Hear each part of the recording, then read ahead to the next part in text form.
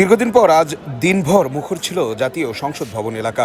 সকলে নবনির্বাচিত সংসদ সদস্যদের শপথ এবং বিকেলে নতুন মন্ত্রী পরিষদের শপথ। সব মিলিয়ে এক ঐতিহাসিক মুহূর্তের সাক্ষী হলো দেশ।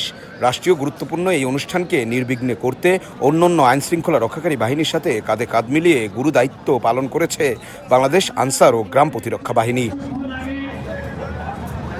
এবারে নতুন মন্ত্রিপরিষদে মাননীয় প্রধানমন্ত্রী হিসেবে দায়িত্ব গ্রহণ করেছেন তারেক রহমান। তার নেতৃত্বে গঠিত এই সরকারের মন্ত্রী হিসেবে শপথ নিয়েছেন মির্জা ফখরুল ইসলাম আলমগীর, আমির খুসরো মাহমুদ চৌধুরী, সালাউদ্দিন আহমেদ, ডক্টর খলিলুর রহমান, হাফিজউদ্দিন আহমেদ বীর বিক্রম এবং দীপন দেওয়ান সহ আরও অনেক বিশিষ্ট নেতৃবৃন্দ। এছাড়া প্রতিমন্ত্রী হিসেবেও শপথ নিয়েছেন 24 জন। সংসদ ভবন ও এর আশপাশের এলাকায় নিচ্ছিদ্র নিরাপত্তা নিশ্চিত করতে আজ মাঠে ছিল আনসার বাহিনীর বিশেষ দল। কঠোর নজরদারি আর শৃঙ্খলা রক্ষায় নিয়োজিত ছিল বাহিনীর প্রায় 370 জন সদস্য।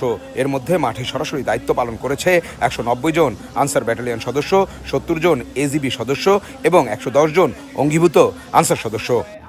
মূল গেট থেকে শুরু করে শপথ অনুষ্ঠানস্থল সবখানেই ছিল তাদের সরব উপস্থিতি। পুলিশের পাশাপাশি ট্রাফিক নিয়ন্ত্রণ, ভিআইপি ব্যবস্থাপনা ও সার্বিক নিরাপত্তা বলয় তৈরিতে এই সদস্যরা অত্যন্ত পেশাদারিত্বের সাথে দায়িত্ব পালন করেছে। সফলভাবে এই শপথ অনুষ্ঠান সম্পূর্ণ করার নেপথ্যে আইনশৃঙ্খলা বাহিনীর এই সমন্বিত উদ্যোগ ও আনসার সদস্যদের ত্যাগ নিঃসন্দেহে প্রশংসার দাবিদার। প্রান্তিক কণ্ঠস্বর, নিউজ ডেস্ক।